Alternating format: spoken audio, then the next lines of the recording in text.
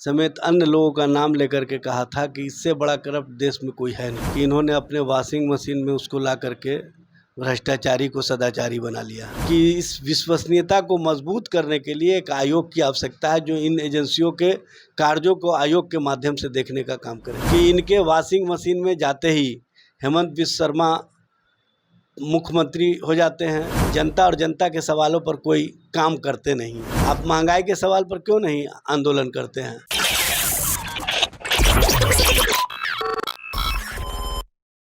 नमस्कार, मैं Prince Kushwaha, Bihar talk देख रहे हैं। देखिए, आज बिहार विधानसभा का सत्र चल रहा था और ऐसे में बीजेपी के द्वारा हंगामा कर दिया गया और तेजस्वी यादव का इस्तीफा मांगा जा रहा है। क्या लग रहा है, इस्तीफा दे देना चाहिए आप लोगों को? देखिए, भारतीय जनता पार्टी को नैतिक अधिकार नहीं है इस्तीफा मांगने का। प्रधानमंत्री जी ने स्पष्ट रूप से 27 जून को रैली में कहा था कि एनसीपी नेशनल करप्ट पार्टी, और अजीत पवार, छगन भुजबल, हसन मुशर्रफ, मुंडे समेत अन्य लोगों का नाम लेकर के कहा था कि इससे बड़ा करप्ट देश में कोई है नहीं। 70,000 करोड़ के घोटाले हैं और अफसोस की बात है कि इन्होंने अपने वॉशिंग मशीन में उसको ला करके भ्रष्टाचारी को सदाचारी बना लिया, भ्रष्टाचारी को शिष्टाचारी बना लिया। ये कौन सी राजनीति का पैमाना है? जो आपके साथ आ जाता है वो भ्रष्टाचारी नहीं होता है, सदाचारी होता है। और जो विपक्ष में होता है, जो आपके कार्यकलाप को विरोध में खड़ा होता है, तो आप उसको भ्रष्टाचारी कह के और अन्य तरह से प्रताड़ना देने का काम करते हैं।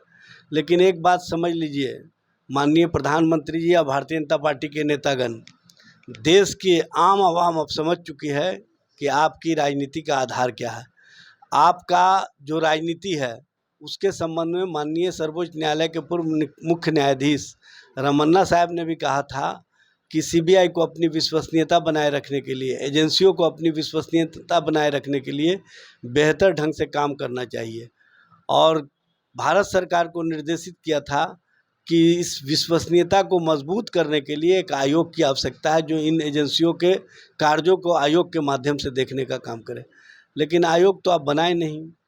2014 से 2023 के दरमियान आपने 3400 से ऊपर जगह छापामारी की कार्रवाई करवाई। उसमें 95% विपक्ष के नेता, विपक्ष के कार्यकर्ता, विपक्ष के साथ वाले लोग या विपक्ष के जो व्यापारिक दोस्त हैं उनके द्वारा इस तरह का आप छापामारी करवा करके जिस तरह की राजनीति करते हैं वो राजनीति कोर्ट में जाते जाते टिक नहीं पाती है। कोर्ट में कन्विक्शन रेट है 0.05%। ये स्पष्ट करता है कि जो वेंडेटा पॉलिटिक्स चल रहा है केंद्र सरकार के द्वारा, जो भारतीय जनता पार्टी के द्वारा, वो स्पष्ट रूप से समाज और देश भी देख रहा है।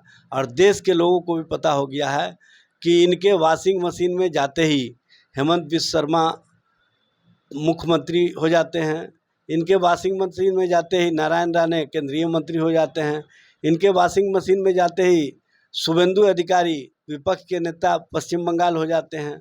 उसी तरह से अभी छगन भुजबल से लेकर के, जबकि छगन भुजबल को 2 साल की सज़ा हुई और वो सज़ा काट करके बाहर आए, उसके बाद भी आपने अपने मंत्रिमंडल में शामिल कर लिया। ये स्पष्ट करता है कि आपकी सोच क्या है।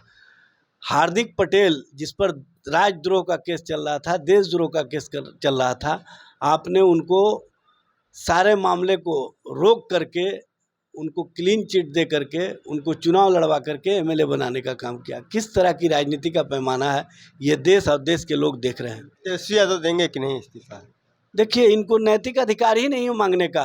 कोर्ट का मामला है, कोर्ट में जाएंगे, कोर्ट से हमको पूरी उम्मीद है कि न्याय मिलेगा, चूँकि न्याय और न्यायपालिका हमेशा हम लोगों के साथ न्याय किया है और उम्मीद है कि इस बार भी न्याय मिलेगा।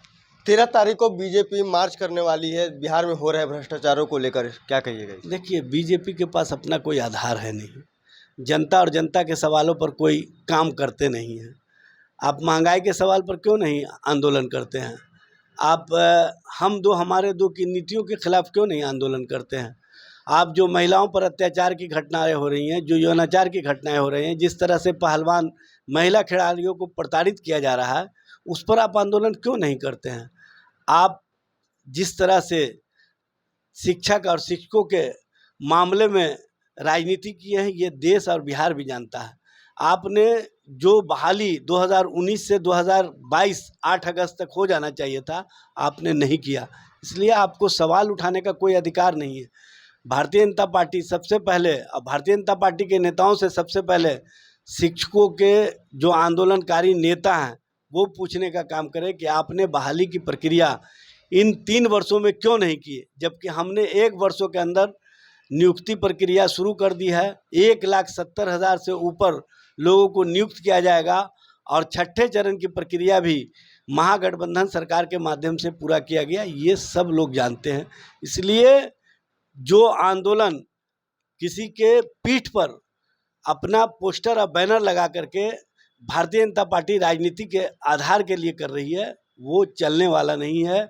चूँकि शिक्षक और शिक्षक नेताओं को भी पता चल चुका है कि भारतीय जनता पार्टी सिर्फ हमको राजनीतिक औजार के तौर पर इस्तेमाल कर रही है, हमारा इस तरह से इस्तेमाल कर रही है कि हम राजनीति में अपने आप को भी बचा लें और जनता के बीच भी कहने का काम करें कि हमने शिक्षकों के आंदोलन में मजबूती से आगे बढ़ कर के काम किया, जबकि शिक्षक स्वयं अपनी बातों को रखने का काम कर रहे हैं। उनको बातें रखने दीजिए ना।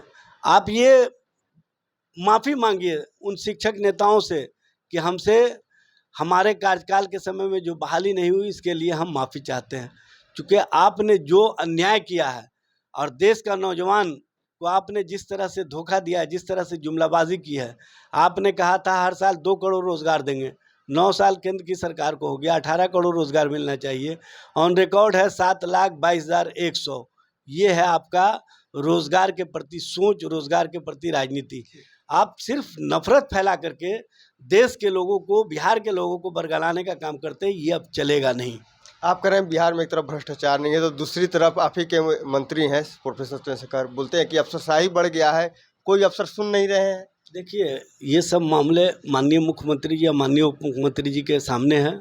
सब मामले स्मूथली तय हो जाएंगे, कहीं कोई मामला नहीं है। ये मीडिया अप्रोच है और कहीं ना कहीं भारतीय जनता पार्टी का अप्रोच है। चूँकि भारतीय जनता पार्टी के पास कोई काम रह गया नहीं है, इसीलिए इस तरह का प्रचार प्रसार करके अपना नंबर स्कोर बढ़ाना चाहती है, जो अब बिहार में चलेगा नहीं। सब देख रहे थे तेजस्वी यादव के इस्तीफे को लेकर बिहार में सियासत तेज है। इसको लेकर हम आरजेडी प्रवक्ता एजाज अहमद से बात की और उन्होंने अपनी बातों को रखा। बहरहाल इस खबर में इतना ही। इसी तरह तमाम खबरों के लिए हमारे साथ बने रहे हैं। आप बिहार टॉक देख रहे हैं। ऐसे ही खबरों के लिए जुड़े रहे बिहार टॉक से। यूट्यूब पर लाइक और सब्सक्राइब करें, बेल आइकन जरूर दबाएं। फेसबुक, ट्विटर और इंस्टा पर फॉलो करें। धन्यवाद।